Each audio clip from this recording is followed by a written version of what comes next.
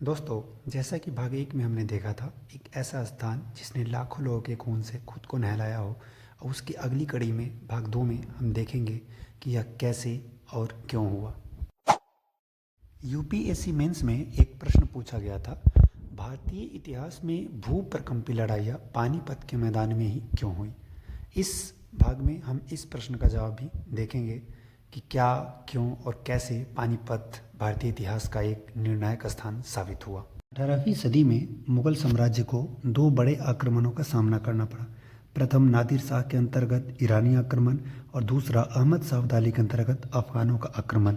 इस बाह्य आक्रमणों को उत्तर पश्चिम में मुगलों की सुरक्षा पंक्ति के संदर्भ में समझने की जरूरत है।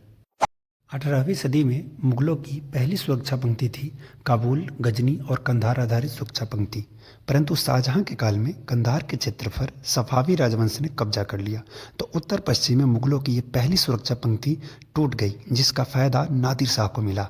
नादिर शाह 1739 में सिंधु नदी को पार कर दिल्ली की ओर बढ़ गया, जिसमें नादिर शाह ने दिल्ली से बहुत सारा धन लेकर वापस लौटा और लौटते समय उसने सिंधु के समस्त पश्चिमी भूभाग पर कब्जा कर लिया।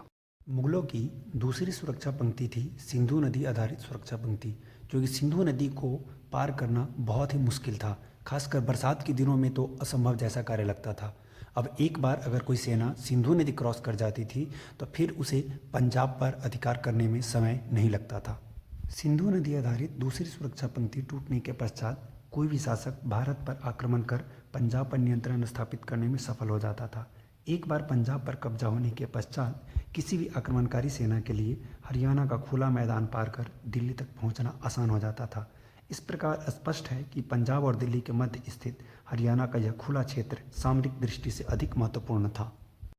जब आक्रमणकारी सेना दिल्ली में प्रवेश करने का प्रयास करती, तब दिल्ली स्थित शक्ति उसे पानीपत में रोकने का अंतिम प्रयास करती थी, और यह पानीपत का मैदान भारतीय शासकों के लिए तीसरी सुरक्षा पंक्ति थी।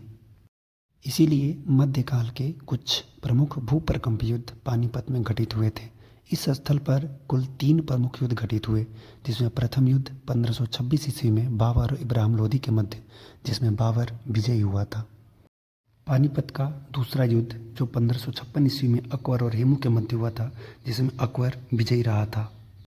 पानीपत का तीसरा युद्ध 1761 ईस्वी में मराठों एवं अहमद शाह अब्दाली के मध्य हुआ था। इस युद्ध का एक दिलचस्प तथ्य यह है कि यह दिल्ली से कुछ ही मील दूर घटित हुआ, परंतु इसमें मुगल साम्राज्य की कोई भूमिका नहीं रही थी। दो शक्तियां बाहर से आकर लड़ रही थी। के नेतृत्व वाली मराठा सेना को अब्दाली ने बुरी तरह पराजित कर दिया। दिलचस्प तथ्य यह है कि पानीपत के तीसरे युद्ध ने यह सिद्ध नहीं किया कि भारत पर कौन शासन करने जा रहा है, बल्कि इसने यह सिद्ध कर दिया कि भारत पर कौन शासन नहीं करने जा रहा है। Thanks for watching. अगर वीडियो अच्छी लगी हो तो चैनल को सब्सक्राइब करें, लाइक करें, शेयर करें।